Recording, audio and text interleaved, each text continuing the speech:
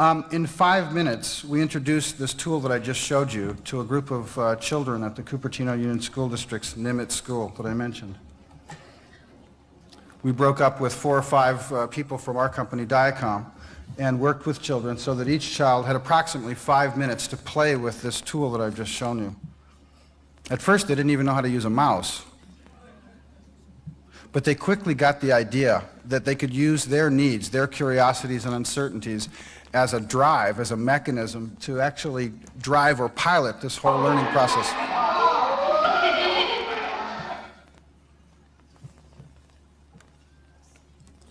What we showed them, or what we developed along with their teachers, was a course we called Amazing Economics, which was actually written by the school teachers in Cupertino. And in this, they were able to travel through the historical, social, scientific, the ways that we use corn, farming, distribution, sales. And at each point along the way, look at it from different points of view. Other names for corn, the history of it, take a tour through how it moved around the world. Look at the traditions, festivals, and at any time that they were interested, stop and find out more.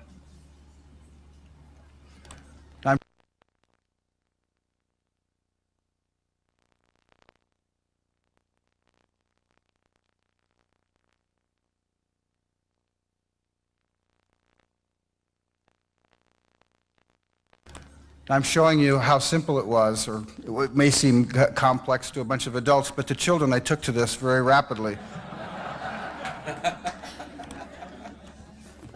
In fact, I described this when I first started working with the children as it's just like playing a Nintendo game, except that rather than piloting a little character around in a story space, you're piloting yourself around in a learning space full of resources designed to help you learn. This goes on. In 5 minutes of traveling around this corn, Amazing Economics corn module that we developed,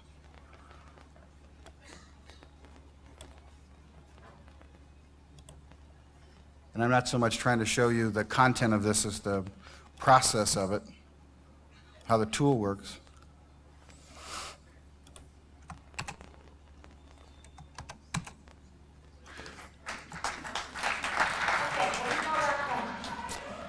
After spending 5 minutes with this, intimately with the individual children, we put a pretest together. Our intent originally was to figure out what was it these kids knew about corn so we could figure out, after it was over, what they learned from using the tool.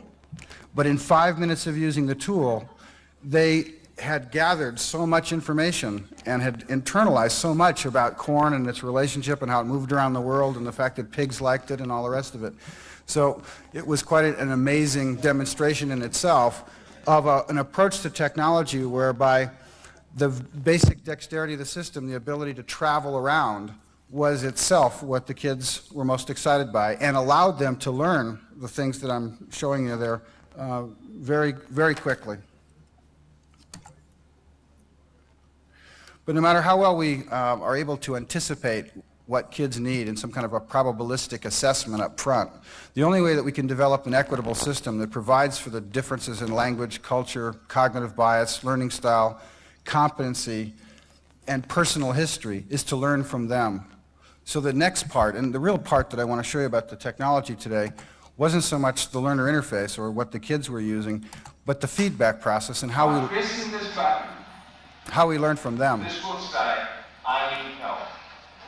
And what it will tell the people who created this, it will tell them the word description we didn't understand. What we taught the children to do was that at every time they had what we call a meaning need or a learning need, every time they encountered anything in the tool itself or in any of the content that was moving through it or they were encountering, every time they came into a stutter, they stopped inside and they could not continue learning, that either the tool would respond to them and give them the resources they needed to continue going, or they could go into what we call the feedback mode. Let me demonstrate.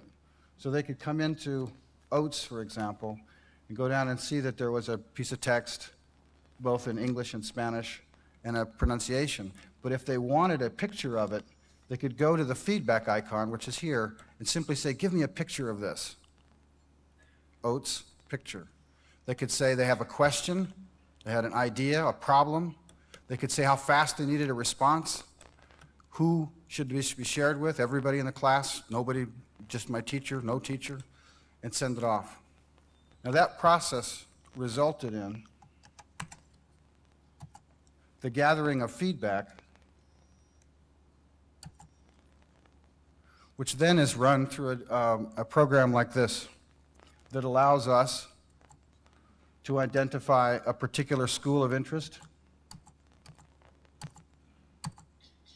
to look at a particular area of children's learning that we want to learn about, like social science, to identify economics. And this now are the modules in the course that these kids actually went through. To establish the time frame of a trial or a particular curricular activity, and to actually see what the message traffic, what is it that the kids needed? To look at the patterns of what the children needed. The patterns, the percentage of ideas or questions, ideas, problems, complaints, disasters. How many of the feedback messages required an immediate response? How many caused the children to be stopped, dead stopped in their learning? How many of them did the kids feel like they didn't want shared with anybody? How many did they not want shared with their teacher? How many could be shared with anybody?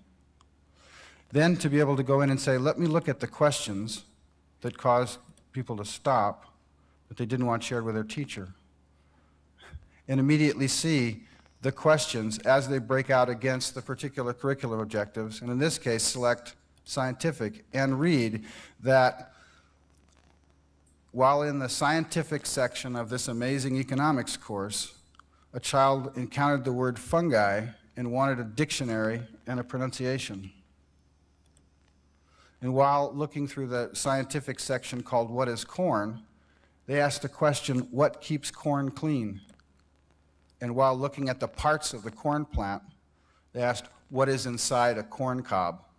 And so forth. The point being that now, with this kind of a tool, we have the ability to peer into, at the moment-to-moment fluctuations that the learning's really happening, to what the kids need as a basis, and I would argue the only basis, for cost-effectively, continuously improving and evolving curriculum. I think I'm out of time. Thank you very much. Good.